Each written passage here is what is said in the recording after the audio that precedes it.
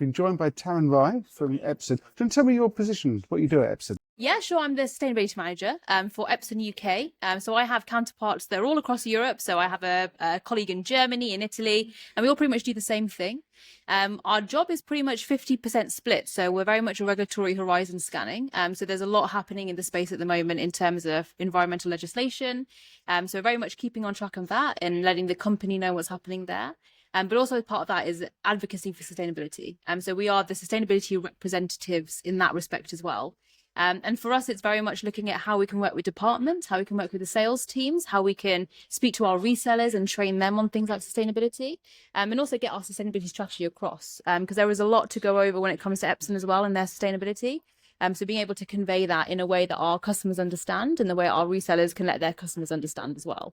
So yeah, that's a big bulk of what my job does then. Okay. So, but obviously sustainability is a huge issue. Yeah. It affects every single bit of the company, and you make a lot of statements as an organisation about being sustainable. So is it kind of your role to almost not police it, but to sort of make sure that message is right, that you're saying the correct things all the way through? Yeah, so that would be part of the training that we do. So it's really important to us that sustainability doesn't just sit with the sustainability team, that it also sits with the teams that are out on the ground and out on the floor and doing things like selling to people as well.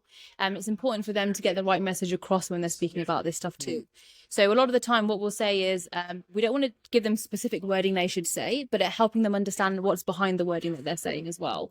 So instead of saying that we're going to read off a script and blah, blah, blah, and these are all the things that have been approved, we're going to give them the background learning on it and see, okay, how do we get to this information? How do we understand this as well? What proof do we have to say those things too?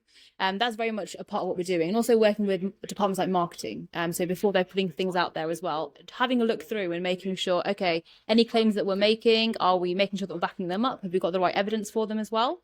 And before they're put out to market, so that customers know that they're getting the most transparent information possible as well. Okay, so there are various departments. So here we're talking about textile, printing. Are the messages slightly different there, or are you kind of covering the different elements at once? Every single unit, every single business unit, excuse me, will have their own messaging when it comes to sustainability. So I guess our fundamental core messaging that we have is the heat aspect of heat-free printing. And it's really, I guess, our bread and butter in some senses. But for things like digital textiles, for example, a lot of the times the conversation is more so geared towards things like onshoring and bringing things back to you and bringing it back to local distribution, local manufacturing. When we're talking to customers, perhaps who are looking at more maybe the office print side of things, they're very much, okay, if I'm going to be doing a big print job, I'm going to be able to get the most efficient use of my printer out of it as well. The messages do differ for each business unit. Fundamentally for us, that heat-free printing underpins everything for us as well. So we try to build stories around that to understand, okay, that's not the only benefit sometimes. There's also things like cartridge recycling that we have implemented too, to say that we're not just focused on the heat-free printing, but we've got areas around that, sustainable things that we're doing around that, initiatives that we're really focusing on to help enhance that messaging as well. When it gets to your sort of end user, your customers, you say there's a lot of what you do, you talk about it. And do you get a feel how they understand what you're doing and whether they believe it, really? Does they trust that what you say you're doing is correct? Do you sort of research how the end user feels about it? I think that there is definitely a lot of research out there. I know that a lot of our teams, like our marketing intelligence team, for example, they go out and they will understand and go into working groups and understand how people perceive a brand like Epson as well. And I think for the most part, a lot of the time, if I go into a customer meeting or a reseller meeting, if they don't previously know about things like heat-free printing, a lot of the time it is quite satisfying in some senses to see you sort of talk about the difference between laser printing and inkjet printing, and say to them, okay, have you ever thought about this aspect of it or this aspect of it? I think sometimes there's a lack of education in some industries about how something works. I know that before I started printers, I had no idea how they worked.